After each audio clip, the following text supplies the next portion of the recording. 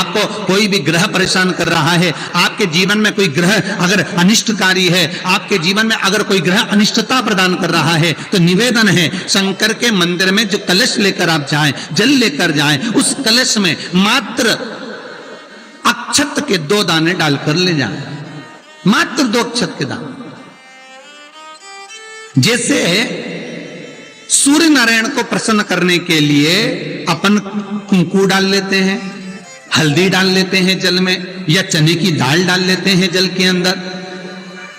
सूर्य नारायण को प्रसन्न करने के लिए हमने चने की दाल डाली, कुंकू डाला, हल्दी डाली, और कभी कभी सूर्य नारायण भगवान से बहुत जरूरी काम है और वो कार्य हो ही नहीं रहा है, या तन पर कोई रोग हो गया है, तो उसको मिटाने के लिए कई बार हमने भगवान सूर्य को अर्घ देते समय सफेद फूल भी डाला है, कभी लाल फूल भी डाला है। उसी तरह भगवान शंकर से निवेदन करने के लिए, हमारी ग्रह दशा सुधारने के लिए जल के पात्र में 2 अक्षत के दाने, अक्षत भी पूर्ण अक्षत, पूर्ण अक्षत, खंडित नहीं, पूर्ण अक्षत भगवान शंकर को समर्पित कर।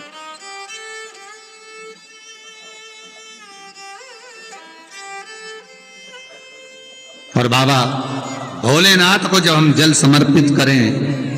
तो राहु, केतु, मंगल, शनि, शुक्र, बृहस्पति जितने ग्रह हैं सब अनुकूल हो जाते हैं महाराज, सब अनुकूल, सारे अनुकूल। ये उसके लिए जो बच्चा पढ़ने में कमजोर हो, जिसका विवेक काम नहीं कर रहा हो, जो बच्चे की बुद्धि विद्या अध्ययन में नहीं रमती हो, लगती ही नहीं हो, महाराज तांबे के कलश में जल लीजिए, उस जल में अक्षत के 7 दाने डाल लीजिए।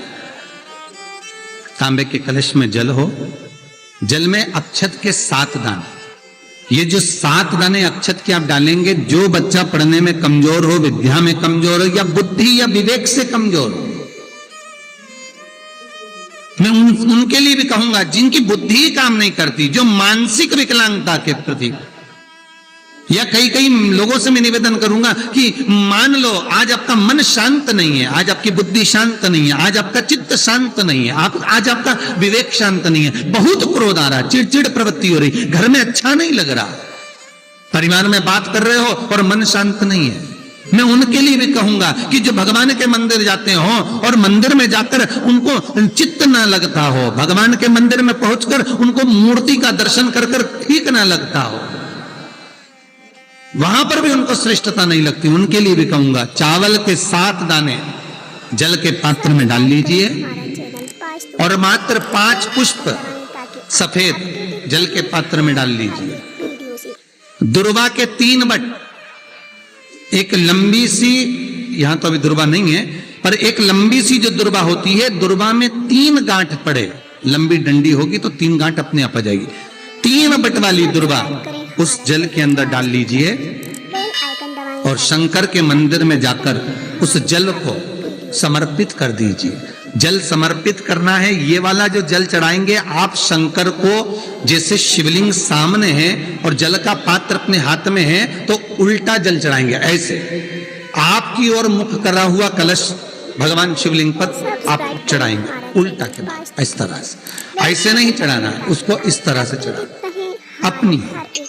मात्र 15 से 20 मिनट में जिसकी चित्त वृत्ति रमती नहीं हो, शांत नहीं हो रही हो, बुद्धि चित्त ना लग रहा हो, 15 से 20 मिनट में अंतर आ जाएगा, आपका हृदय चित्त प्रसन्न होगा। और बच्चों से निवेदन है, जो विद्या में कमजोर है, जिनकी विवेकता विकलांगता की हो और बुद्धि काम ना कर रही हो, वो जल चढ़ाने के बाद कटोरी में वो जल झेल कर उस जल का पान करना प्रारंभ कर दीजिए महाराज। 5 दिन 7 दिन पियो, आपको खुद आराम लगना प्रारंभ होगा। भगवान शंकर पर रक्त चंदन चढ़ता है, भगवान शंकर पर पीला चंदन चढ़ता है, और भगवान शंकर पर कुंकू रोली नहीं चढ़ती। क्यों? क्योंकि भगवान शंकर के चरण में जब चोट लगी, कुंदुक का प्रहार करते समय कुंदुक चरणों में जाकर गिरा, माता ने वर मांगा भोलेनाथ से, बाबा आपके तन पर जो आज ये रक्त देखा है कभी ना देखूं। शंकर भगवान ने वर दिया, आज के बाद मुझे रक्त ना चढ़े। इसलिए कुंकू, रोली, शंकर भगवान का शिवलिंग जहां रखा रहता है, जो गोल भाग होता है, माता पार्वती जी का हस्तकमल चरण होते हैं, इस भाग पर आप कितनी भी रोली चढ़ाओ चल जाएगा, पर शिवलिंग पर कंकु, रोली, कुंकू नहीं चढ़ाना। आसपास चढ़ाइए, चंदन चढ़ाओ, अबीर चढ़ाओ, गुलाल चढ़ाओ, जो चढ़ाना है शिव को समर्पित करो। भगवान शिव कुंड के ईश्वर हो गए। शास्त्र कहता है जिसको रोग सताए तो एक कलश जल में थोड़ा सा शहद, उंगली में शहद लेकर ओम लिखकर कुंदकेश्वर भगवान का नाम लेकर किसी भी शंकर के मंदिर में जल समर्पित कर दे। थोड़ा सा जल किसी बेलपत्र के नीचे चढ़ा दे, उस जल को नैनों से लगाकर घर लेकर आए, थोड़ा सा घर में लाकर घर के दरवाजे पर उसको जल से बिंदी लगा दे या त्रिपुंड बना दे, उस घर से रोग बीमारी दूर हो जाती है। साहब, कुंदकेश्वर का नाम लेकर। लोहे से ताकतवर, जम के बोलो, अग्नि, अग्नि से ताकतवर पानी, पानी से ताकतवर मनुष्य, और मनुष्य से ताकतवर बीमारी जो अच्छे अच्छे को निगल जाती है। कितने सूरमा, कितने सूरमा इस भूमि पर पैदा हो गए और मर मर के चले गए। कितने ही, मनुष्य से ज्यादा ताकतवर है बीमारी, और बीमारी से ज्यादा ताकतवर है मेरा महामृत्युंजय, मेरा देव आदिदेव महादेव, जो मृत्यु जय कहलाता है, जो मौत पर भी विजय प्राप्त कर लेता है और बीमारी को भी जीत लेता है। बीमारी, वो महामृत्युंजय, वो महादेव। हम कई बार कहते हैं अगर कैंसर जैसा रोग भी हो गया, बहुत बड़ी बीमारी हो गई, आपको नहीं सज रहा और कैंसर जैसा रोग हो गया, कहीं आप जाएं डॉक्टर को दिखाएं, मना नहीं है, और उसकी टेबलेट लेने से पहले इस महादेव के चरणों की टेबलेट जरूर लेना, उसकी औषधि जरूर लेना। एक बार जहां शिव और सती का विवाह सतयुग में हुआ था, त्रिजुगी नारायण में, हम पार्वती के विवाह की बात नहीं कर रहे, हम सती के विवाह की बात कर रहे। जिस भूमि पर त्रिजुगी नारायण में शिव और सती का विवाह हुआ था, जहां दक्ष प्रजापति ने माता सती का मंगल पाणी ग्रहण संस्कार करवाया था, कन्यादान किया था, भगवान शंकर और सती के विवाह की अग्नि आज तक जल रही है त्रिजुगी नारायण में। केदारनाथ जी जाते हैं, उसके पहले गौरी कुंड आता है, गौरी कुंड से लेफ्ट में 8 किलोमीटर की 10 किलोमीटर की दूरी पर त्रिजुगी नारायण है। त्रिजुगी नारायण में जहां पर भगवान शंकर और सती ने फेरे लिए थे,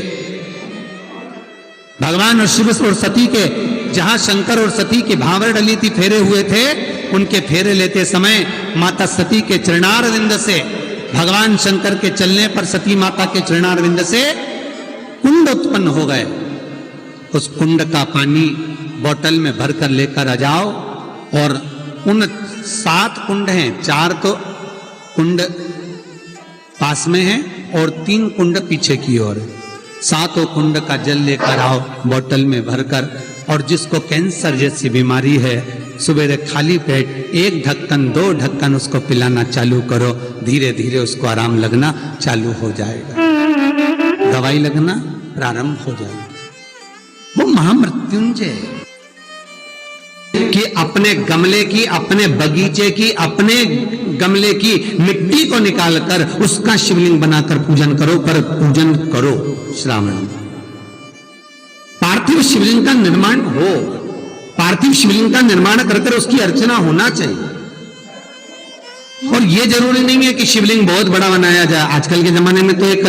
फैशन का दौर भी चल रहा है कि कहीं भगवान शंकर का शिवलिंग बनाए तो बहुत बड़ा शिवलिंग बनाओ थाली के अंदर, फिर उसका अभिषेक पूजन करो। यहाँ शास्त्र वर्णन नहीं कर रहे, यहाँ तो शास्त्र स्पष्ट कहता है, शिव महापुराण की विद्येश्वर संहिता कहती है कि आप चाहे पार्थिव शिवलिंग बनाए, आप चाहे मट्टी का आनंद भाव से शिवलिंग बनाए, आप चाहे तो घर में शिवलिंग रखें, आप चाहें तो शिवलिंग का स्मरण आप घर के अंदर लेकर आए, पर कोई भी मूर्ति यदि आपके घर में है तो वो अंगुष्ठ आकृति से बड़ी नहीं होना चाहिए, बस इतना बड़ा स्वरूप भगवान का होना चाहिए।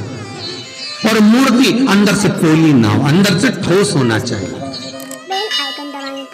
क्यों? क्योंकि जो मूर्ति अंदर से पोली होती है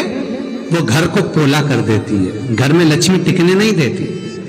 तो कई लोग पूछते हैं गुरुजी अगर हम अंदर घर में हमारे मूर्ति है, पुरानी मूर्ति और पोली है, तो उसका क्या करेंगे? उसका करें क्या? तो कुछ नहीं करना है, उसको कहीं रखकर नहीं आना है, उसको कहीं ठंडा करना नहीं है, उसमें केवल इतना करना कि मेन जो आता है, जो भगवान का श्रृंगार करते हैं तो उस पर जो चिपकाते हैं मेन, वो मेन उसमें आप डाल दीजिए, उसमें भर लीजिए और मूर्ति को ठोस कर लीजिए। श्री शिवाय नमस्तुभ्यं, श्री शिवाय नमस्तुभ्यं, श्री शिवाय